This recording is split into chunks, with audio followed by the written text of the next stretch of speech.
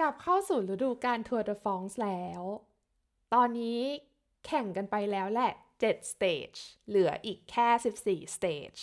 แล้วมันก็ทำให้เนยกับพีนึกถึงปีที่แล้ว เพราะปีที่แล้วเรามีโอกาสได้ตามทัวร์อยู่หลายวันเลยแหละ ก็เลยอยากพาทุกคนย้อนกลับไปเที่ยวด้วยกัน เผื่อดูการแข่งขันปีนี้แล้วจะอินขึ้นกว่าเดิม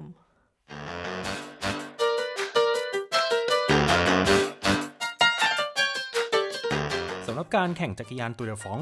ใครๆอาจจะคิดว่ามีแค่การแข่งจักรยานใช่ไหมแต่ว่าจริงๆแล้วเนี่ยมันมีอะไรเกิดขึ้นมากมายทั้งก่อนแข่งแล้วก็ระหว่างการแข่งจักรยานด้วยอย่างเช่นช่วงก่อนแข่งเขาก็จะมีงานที่เขาเรียกว่างานเปิดตัวนักปั่นซึ่งเขาก็จะเอานักปั่นของแต่ละทีมเนี่ยมาเปิดตัวมาโชว์ตัวซึ่งปีนี้เขาจัดกันที่บาร์เซโลนาใช่ไหมแต่ว่าปี 2025 ที่พีกับเนยไปเขาจัดกันที่เมืองลีลซึ่งก็คือตั้งเวทีกลางเมืองลีลแล้วก็เอาทุกคนมาโชว์ตัวเลยคนเยอะมากซึ่งงานนี้เขาก็จะมีทั้งโชว์ทั้งดนตรีแล้วก็มีนักปั่นที่เข้ามาเปิดตัวใกล้ๆชิดๆถ้าใครอยากจะมาเห็นตัวเป็นๆก็มางานนี้ได้เลยเพราะว่างานนี้เข้าฟรี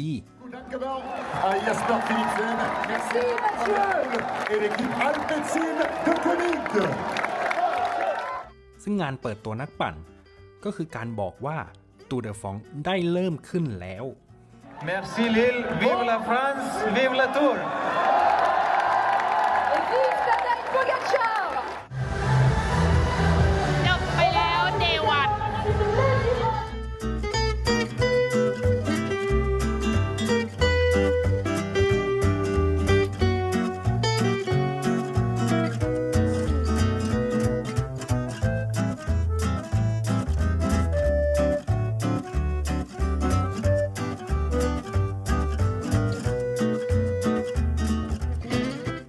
อีกอย่างที่เราจะไม่ค่อยเห็นผ่านจอทีวีก็คือแฟนปาร์ค ถ้าให้อธิบายง่ายๆ มันก็เหมือนงานแฟร์ของทัวร์เดอฟองนั่นแหละ ซึ่งสปอนเซอร์แต่ละเจ้าก็จะมาตั้งบูธ มีกิจกรรม มีเกมให้เล่น แล้วก็มีของแจกเพียบ ซึ่งเด็กๆก็มากันเยอะ บรรยากาศคือเป็นมิตรกับครอบครัว ที่สำคัญก็เป็นงานที่เข้าฟรีเหมือนกัน เดินเข้าไปเล่นกิจกรรม หรือเดินเก็บของแจกได้เลย แต่เขาบอกไว้ก่อนนะว่าคนไล่ล่าของแจกเยอะมาก ถ้าใครจะมาแนะนำให้มาช่วงเช้าคิวแต่ละบูธก็จะสั้นกว่า พอถึงวันแข่งพื้นที่ตรงนี้ก็จะถ่ายทอดการแข่งขันคลองเตปาให้ดูกันแบบสดๆ ซึ่งถ้าใครยังไม่ได้ไปจับจองที่ตรงริมถนนก็มานั่งเชียร์ที่นี่ได้ บรรยากาศคึกคักไม่แพ้กัน วันนี้เป็นวันเปิดวันเริ่มแข่งที่หนึ่งค่ะ แต่เดี๋ยวเรากำลังจะออกไปดูคาราวานสปอนเซอร์กันก่อน ว่า เผื่อ มีอะไรไหม เผื่อเขาจะมีโยนของอะไร ให้เราไปเก็บใช่ แล้วเดี๋ยวนักแข่งจะปั่นกันตอนบ่ายโมง10แต่คาราวานจะออกก่อนมาตอน11โมง10ก็เลยจะออกไปดูไปแล้วไฮไลท์อีกอย่างที่หลายคนอาจจะไม่รู้เพราะมันไม่มีให้เห็นในทีวีก็คือขบวนคาราวานของสปอนเซอร์ตูร์เดอฟอง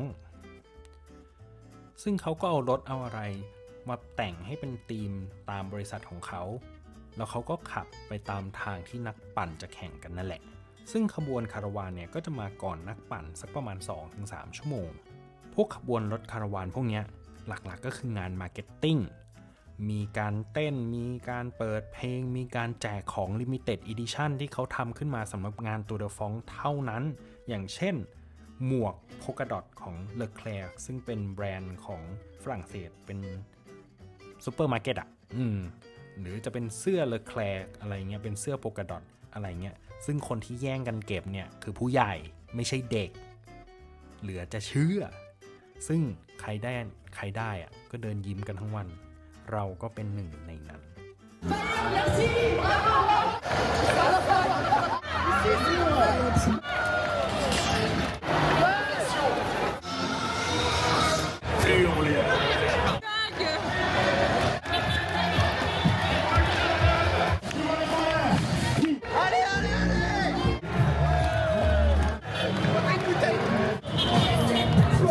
Il veut de la fraîcheur.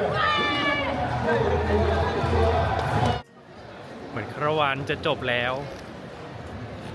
ได้ฮาริโบมาอันหนึ่ง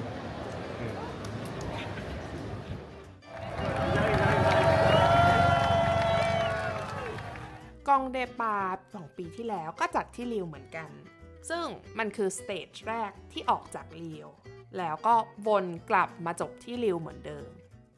สิ่งที่เนยกับพีชอบมากๆคือบรรยากาศของคนดู ทุกคนจริงจังกับการมาเชียร์มากๆตั้งแต่ขนเก้าอี้แคมปิ้งโต๊ะอาหารเครื่องดื่มคือขนมากันครบมากพร้อมมานั่งรอกันตั้งแต่เช้าบางคนก็จับจองพื้นที่กันหลายชั่วโมงก่อนนักปั่นจะมาอีกรอบหนึ่ง ตอนนี้เรากินข้าวกินอะไรเสร็จแล้วเรากำลังจะกลับไปที่จุด finish line ใช่แล้วจะไปนั่งยืนรอแถวนั้นตอนนี้น่าจะนักปั่นไปแล้ว 7-80 โลน่าจะเหลืออีกสักประมาณ100 โลเพราะเมื่อกี้ดูในมือถือแล้วแป๊บเดียว ก็อีก2 ชั่วโมงนิดๆเราไปรอก่อนเพราะเดี๋ยวที่เต็ม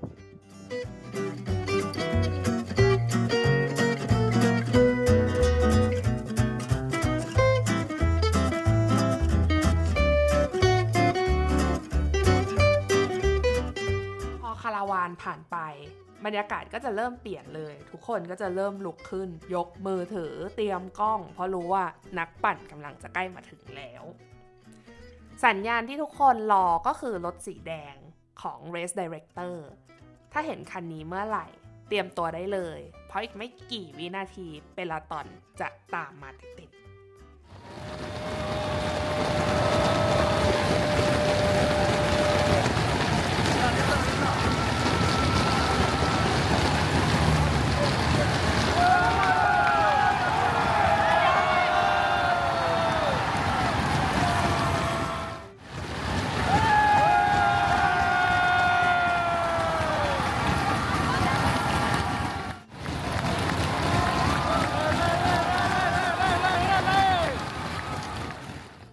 เสร็จมันก็ไม่ได้มีแค่นักปั่นนะขบวนทั้งหมดคืออลังการมากทั้งรถทีมรถอะไหล่มอเตอร์ไซค์ตำรวจแล้วก็สื่อมวลชนคือพอได้มาเห็นของจริงแล้วอ่ะก็เข้าใจเลยว่าการแข่งขันทัวร์เดอฟองอ่ะมันไม่ได้เป็นแค่การแข่งขันจักรยานแต่มันเป็นมหกรรมระดับประเทศคือทุกคนมีส่วนร่วมจริงๆ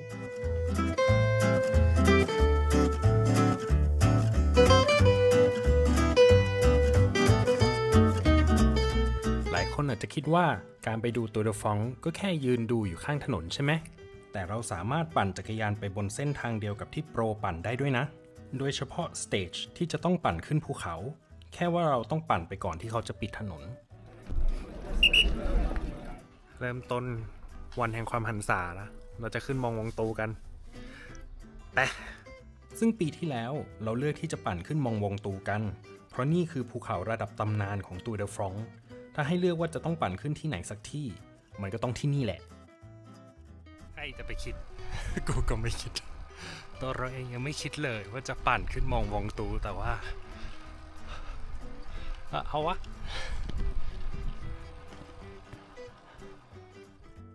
ซึ่งระหว่างทางที่ปั่นขึ้นไปคนเยอะมากไม่ว่าจะเป็นนักปั่นที่คิดแบบเดียวกับเราคนที่เดินขึ้นมาคนที่มาตั้งแคมป์มีการร้องรำทำเพลงมีปาร์ตี้มีบาร์บีคิวคือนี่มันให้ฟีลเดียวกับงานเทศกาลเลยอะและนี่ก็เป็นประสบการณ์ที่บอกเลยว่าประทับใจสุดๆมันให้ความรู้สึกที่ต่างกันไปเลยกับที่เราเคยนั่งเชียร์อยู่ที่หน้าจอทีวี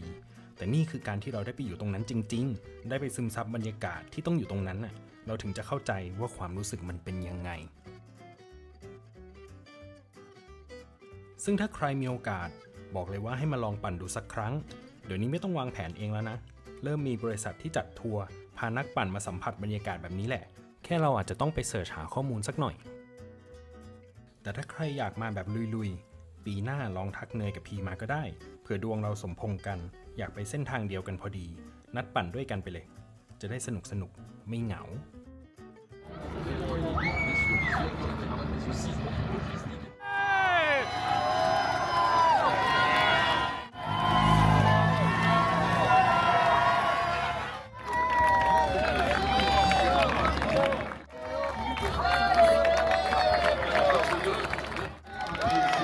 Lekker rij, Thomas. Cheer!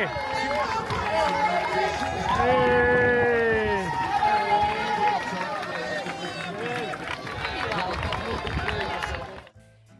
อีกอย่างที่เนยเพิ่งรู้ตอนมาดูเขาแข่งกันก็คือ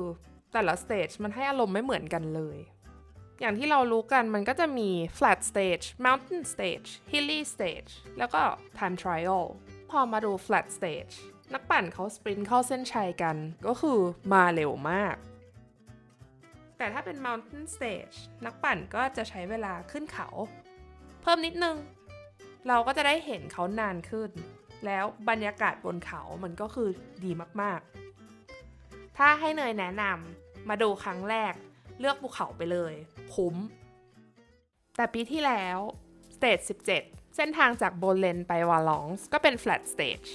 ดันได้เห็นนักกีฬานานหน่อย เพราะเป็นวันที่ฝนตก และทุกคนก็มาสไลด์เล่นตรงหน้าก่อนเข้าเส้นชัย ก็คือตกใจมาก และเป็นสิ่งที่ไม่อยากให้เกิดพอเห็นแล้วก็เจ็บแทน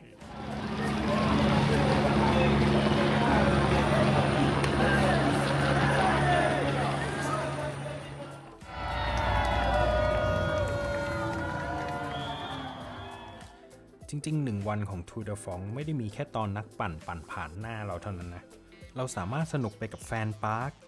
งานคาราวาน แล้วก็งานเปิดตัวนักปั่น แล้วสำหรับใครที่ไปตามดูนักปั่นที่เส้นชัย นอกเหนือจากเราเห็นนักปั่นแข่งกันเข้าเส้นชัยแล้วเนี่ย เรายังมีโอกาสที่จะโฉบไปดูทีมบัสได้ด้วยอีกนะ ซึ่งนั่นก็จะเป็นจังหวะสำคัญที่เราอาจจะไปรอขอลายเซ็นซึ่งทุกคนก็จะคิดแบบเดียวกันบอกเลย อาจจะต้องรีบไปก่อนจากประสบการณ์ แล้วก็ได้เห็นนักปั่นแบบตัวเป็นๆใกล้ๆแต่อันเนี้ยก็ขึ้นอยู่กับตารางแข่งของแต่ละทีมด้วย เพราะว่าถ้าวันรุ่งขึ้นเนี่ยเป็น race day นักปั่นก็อาจจะชิลๆหน่อยอะไรเงี้ยก็อาจจะอยู่โชว์ตัวนานหน่อยแต่ถ้าวันต่อไปเป็นการแข่งและต้องไปอีกสเตจหนึ่งเนี่ยเขาก็คือจะไล่นักปั่นขึ้นรถอย่างรวดเร็วแล้วก็จะรีบออกรถเพื่อไปให้ถึงสเตจถัดไปเพื่อรอแข่งในวันถัดไปเราก็จะอด ไหนมีอะไรเล่า มีไอเฟลทาวเวอร์อยู่ตรงนั้นมีรถตู้เดอะฟองมาจอดอยู่คันนึง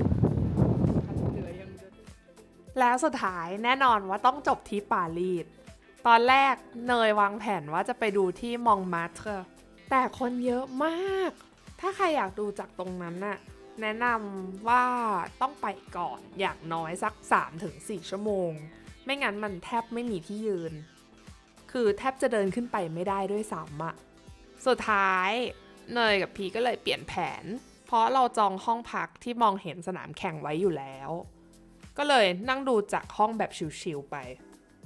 ถึงจะไม่ได้อยู่ติดรั้วแต่ก็เป็นการปิดท้ายทริปทัวร์เดอฟรานซ์ที่สมบูรณ์แบบมาก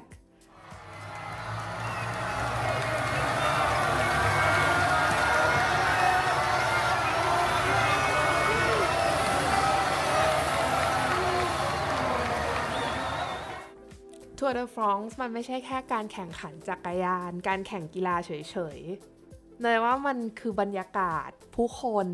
การเดินทาง แล้วก็ความรู้สึกที่ทั้งประเทศ ไม่ใช่สิ หลายๆประเทศ มาฉลองรวมกันอยู่ในที่เดียวกัน ถ้ามีโอกาสอยากให้ทุกคนมาลองสัมผัสด้วยตัวเองสักครั้ง เพราะมันดีมาก โอ้ ทำอะไรที่เราถนัดดีกว่า กิน กินอิ่มแล้วเราก็ กลับบ้าน สบายสบาย